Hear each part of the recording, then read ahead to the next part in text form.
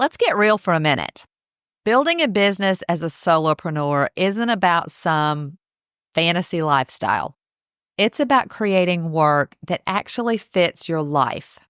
In today's episode, I'm breaking down 7 challenges that most solo business owners face, and more importantly, real strategies to navigate them. So let's get started. You're listening to the Productive Entrepreneur Podcast. I'm your host, Tonia Kendrick, and I'm on a mission to help online business owners like you focus on the right things and take imperfect action. Every week, you'll get my best tips on everything from time management and content creation to planning effectively and managing mindset issues, all in an effort to help you become more productive. So let's jump into this episode. Let me take you back to a moment that completely transformed how I approach my workday. This was way back in my corporate days when I was responsible for a lot of different company initiatives. I felt like I was constantly hustling and everything was competing for my attention, but I was losing the battle. Then I discovered the magic of time blocking. I didn't even know it was called time blocking back then. Now I know what you're thinking, another productivity hack, but hear me out.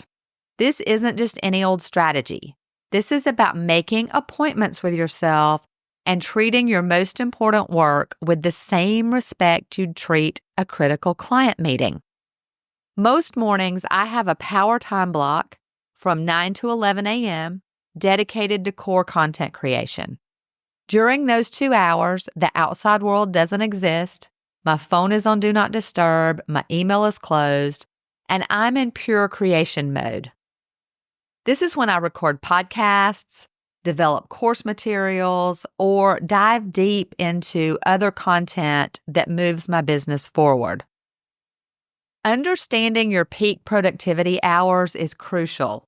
For me, even though I don't consider myself a morning person, I do find those sort of mid-morning hours to be golden, as long as I'm caffeinated. My brain is fresh and my creativity is flowing. But here's the thing, your peak hours might look completely different. Some of you are night owls, some are super early birds. The key is to identify when you're most focused and protect that time like the precious resource it is. But here's the real secret. Time blocking isn't about perfection, it's about progress. Some days your blocks will be pristine and you'll do exactly what you plan to do. Other days, life will happen. The goal is to create a framework that gives you structure while remaining flexible. A few tips I've learned along the way: build in buffer time between blocks.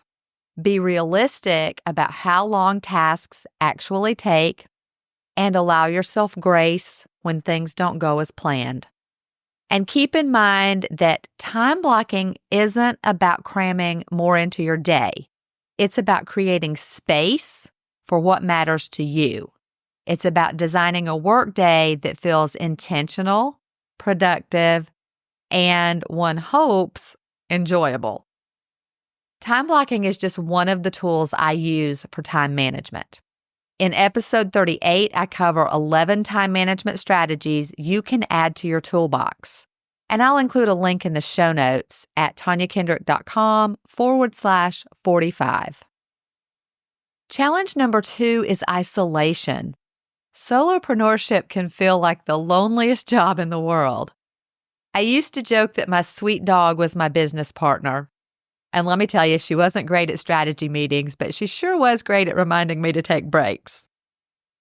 The isolation isn't just about missing water cooler chat. It's about the mental toll of working alone, making all the decisions, and not having a team to bounce ideas off of. But here's the great thing about the digital age.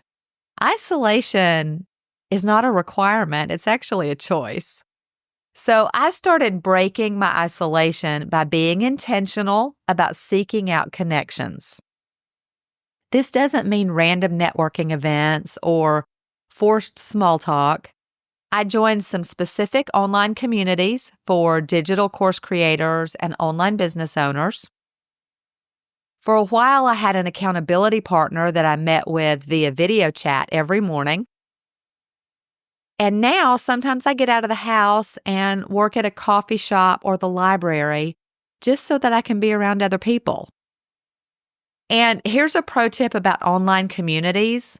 Look for groups that aren't just about networking and promotion, but about genuine support. Challenge number 3 is consistent income. Let's talk money. Consistent income as a solopreneur isn't a myth, but it's also not an accident. It's a strategic dance of diversification and smart planning.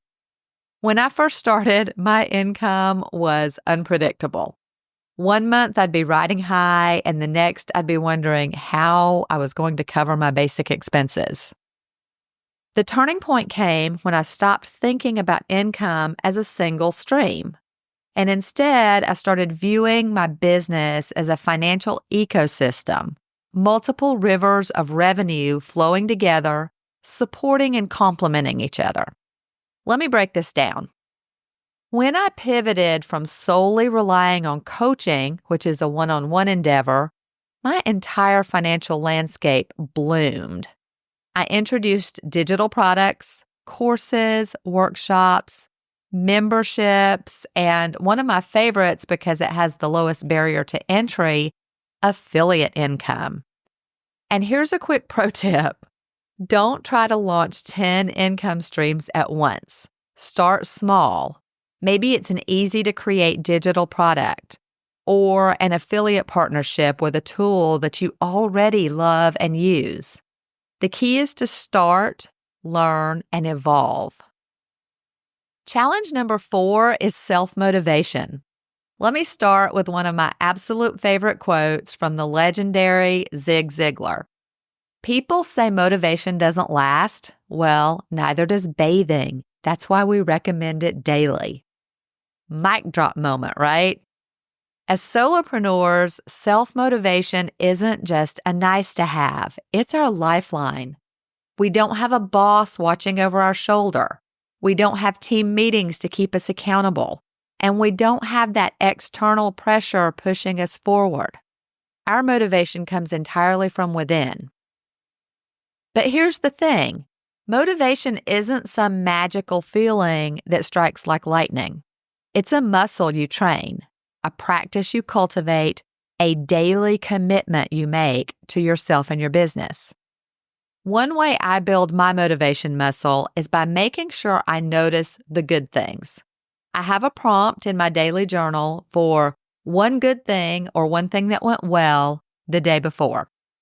Some days it might be successfully fixed the email automation that was broken, or recorded a podcast episode that turned out awesome. And then when I do my weekly review, I read through those daily wins from the past week and pick out 3 that meant the most to me. It's a simple way to make sure I'm acknowledging my wins, and it helps me stay motivated to keep moving forward. Imagine being the CEO, marketing strategist, customer service rock star, tech wizard, and janitor, all before your morning coffee. Welcome to the solopreneur life. The key thing you have to learn is that it's not about doing everything, it's about doing the right things strategically. Before I dive into the tips, let me be crystal clear. I know exactly what you're experiencing because I've been in the trenches. I'm still in the trenches. But when I first started, I was drowning in tasks, putting out one fire after another. And my approach to this challenge might surprise you. Instead of immediately outsourcing or hiring help, I recommend a strategic drill down. First, map out your roles. Grab a notebook and list every single hat you're wearing. Marketing, check. Tech support, yep. Content creation, absolutely.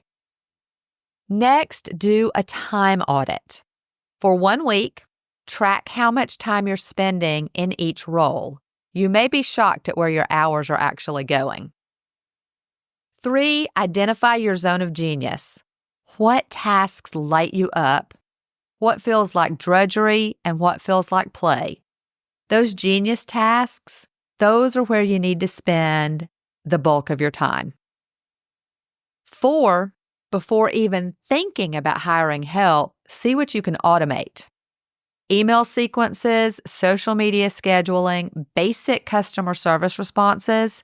Technology is your first line of defense against task overwhelm. Tools like Zapier, ConvertKit, and Tailwind became my secret weapons for streamlining repetitive tasks through automation. And I know what you may be thinking.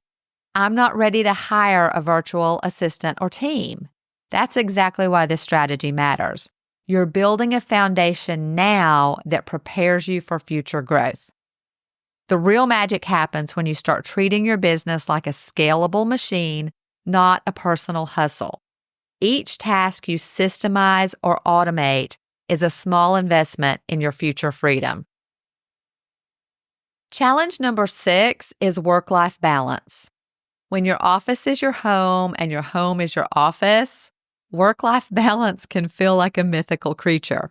But it's not impossible, it's intentional.